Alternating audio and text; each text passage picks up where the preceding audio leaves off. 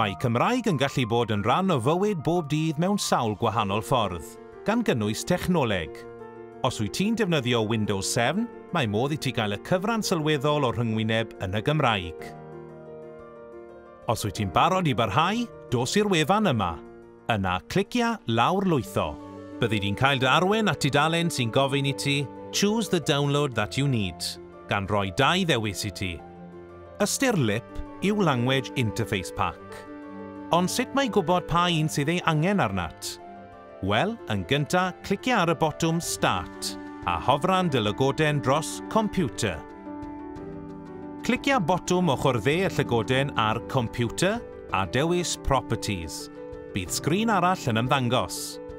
O dan System, bydd llinell yn nodi 64-bit Operating System neu 32-bit Operating System.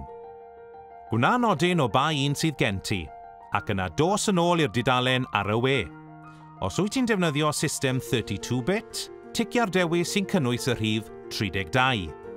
Yn yr un modd, os wyt ti'n defnyddio system 64-bit, ticio'r dewis sy'n cynnwys y rhif 64. Clicia ar nesaf ar waelod y dudalen.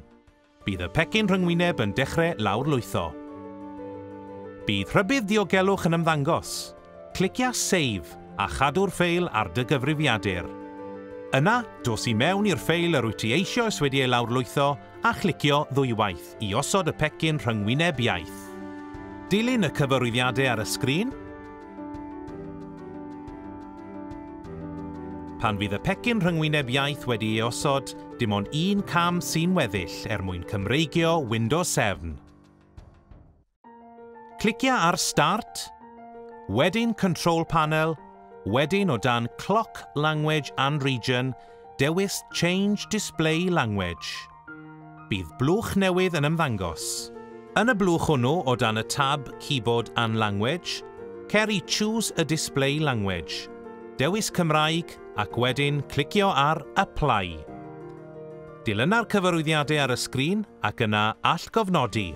Y tro nesaf byddi di'n mewn gofnodi, bydd Windows yn y Gymraeg. A dyna'r camau I osod y Windows 7 i'r Gymraeg. Os wyt ti am wneud hyn yn y gweithle, dyle ti holi yn gyntaf os oes modd gosod y math hyn o raglenni ar dy gyfrifiadur. Mewn rhai gweithleoedd, dim ond y staff technoleg sydd ar caniatâd I wneud hynny.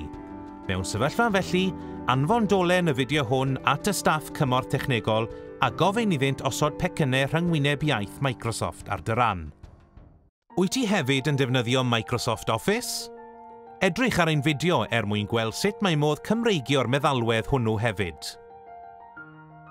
Mae gwneud y pethau bychain a chynyddu dy ddefnydd Cymraeg o dechnoleg yn bwysig a gellir gweld rhagor o fideos sy'n rhoi cyfarwyddyd pellach trwy fynd i'n gwefan.